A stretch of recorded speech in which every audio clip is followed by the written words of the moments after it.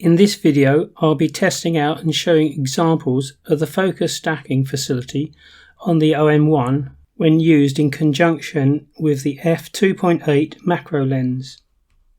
Hi, in this video I'm looking at photographing dragonflies, damselflies and mayflies. I'm at a local reserve quite near me and I've had a really quite productive morning. What I'm actually photographing here is there's a dragonfly that's just sitting there quite nicely on a reed stem there. You have to spend a bit, when you're looking for dragonflies, damselflies, insects, you have to spend a little bit of time looking around for one that's firstly sitting there nicely, but also it's got a clean, unobtrusive backgroround. The trick to actually photographing them and getting close to them, because I'm using the OM1 with the 60mm macro lens this morning, and I'm probably about 12-13 inches away from the subject here, but it's 6:30 in the morning and it's a perfect morning. There's no wind, the light's actually quite soft at the moment, hasn't actually come round into this corner, but the conditions are ideal because at this time in the morning the actual dragonflies, damselflies aren't going to be active. They haven't really warmed up enough. Some of them are actually still coated in dew droplets, so that's good because they're not going to move around. They're quite easy to photograph. And this one I've got set up on a tripod. The reason I've got it on, normally I could hand hold them, but the reason I'm shooting with the tripod is because I'm focus stacking. And I'm going to take 10 pictures and they're all taken at different stages. I press the shutter button once, got it set up for focus stacking, and it will actually take 10 pictures at different focusing points and then combine them so I'll get one sharp picture towards the end. And hopefully I should get something really nice. So this is the finished image. Because I was shooting at a wide aperture of f2.8, this will allow me to have a very diffused out of focus background, which will make the subject stand out. Because the camera is taking 10 shots at slightly different focusing points throughout the range of the subject, this allows me to obtain a pin-sharp image. So for this shot I found another dragonfly and it's perched quite nicely on this oiled sea drape here.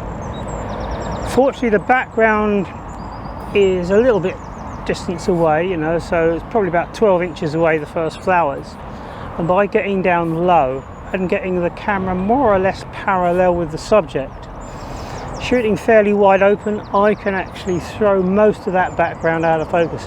Should look quite nice with this sort of diffused yellow background there, but we'll wait and see. But what I'm actually going to do is actually take some at 2.8, some at f4 and some at 5.6, because it's not actually flat onto the actual parallel, it's at a slight angle, about 30 degrees. So the tail here is actually sort of about an inch in front of the head there. So what I'm going to do is take some pictures at different apertures to make sure. I could change the differential actually. That's what I'll do. So here I'm going to briefly talk about depth of field, focusing differentials and the number of images you need in a stack when focus stacking. So firstly, what is focus differential and why is it important? When using focus stacking, the camera will take a series of images at slightly different focusing points throughout the range of the subject and then combine them in camera so that you end up with a finished image that shows amazing sharpness. Focusing differential is the amount of difference between the shots that the camera takes in the sequence. If you select a low number in the focusing differential, for example 2, the distance between the shots is very narrow. If you select a high number in the focusing differential, for example 8 or 9, the difference between the shots is wider. With a subject where only a shallow depth of field is required, for example a mayfly, a large depth of field is not necessary, particularly if you can get the back of the camera on the same plane of focus as the subject. When a mayfly's wings are folded back parallel with its body, the focus depth of a mayfly is only a few millimeters. So here, selecting 3 or 4 on the differential scale would be fine. You would also need to set the number of frames taken in the stack. 4 or 5 would be suitable for a mayfly. However, in the example of the dragonfly on the oilseed rape, and because of the angle of the body, a larger focusing differential would be needed because there is approximately 1 inch of distance between the head of the dragonfly and the tip of the tail. So here I would need a focusing differential with a wider distance between the shots. Possibly 7, 8 or even 9 on the differential scale would be more suitable. Here I would also set a larger number of frames taken in the stack, say 12 or 13. I could have stopped the lens down to f8, which would enable me to get a greater depth of field. The only problem with that was the background would also be in focus more, and I wanted the background to be as diffused as possible.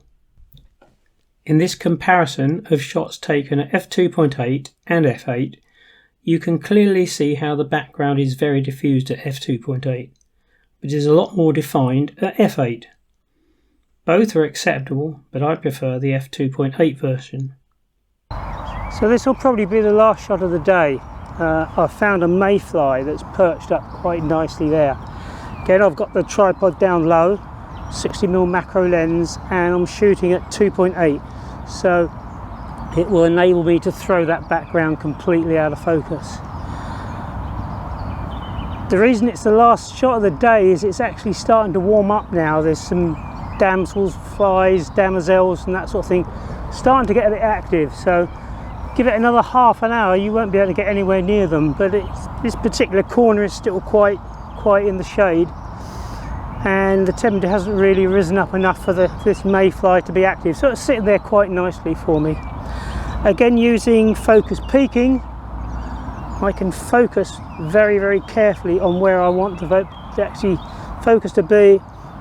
Press the button, it will take 10 pictures very quickly, and then sort of it'll stack them, so should get some nice shots. So this is the finished image of the mayfly. Even though the grasses in the background are reasonably close to the subject, I could still get a diffused background by shooting at f2.8. As the subject is quite narrow in its focal depth, a focus differential of 4 in a 10 image stack gave enough depth of field to get a sharp image while still rendering a diffused backdrop. So I think I've got some nice shots of the mayflies. Conditions are ideal today. It's nice and early. There's not a lot of wind and it's quite cool. So they're not flying around like they're possessed, they're just sitting there nicely. Providing you don't actually disturb them, you can get quite close to them. But at this location it isn't just sort of mayflies here, there's banded damosels, damselflies, and I've just seen up on some reeds further up there's some dragonflies just starting to emerge. I think they're 4-spotted chasers, but it's very difficult to tell at that stage. They're a little bit further away than the mayflies were, so I'm going to change tact here. I'm not going to use the 60mm, I'm going to use the 40 to 150 with a 1.4 converter. That will give me a working distance of 5 or 6 foot, so you know that should be fine.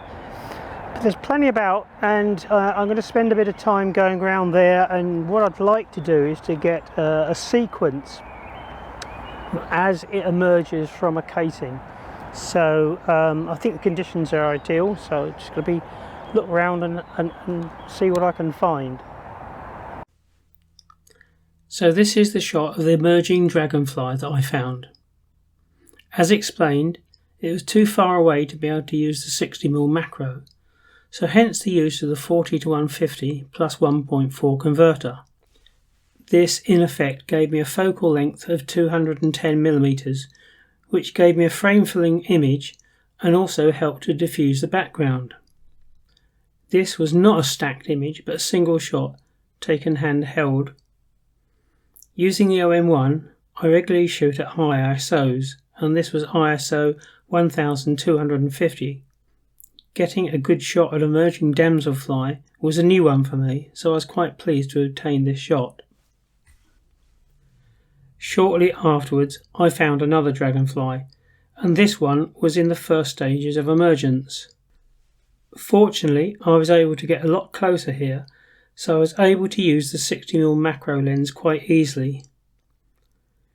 Because I knew it was going to take some time before the dragonfly would be fully emerged, the wings dried out and able to fly, I set the camera up on a tripod and took a series of images over a period of time, say every 5 minutes.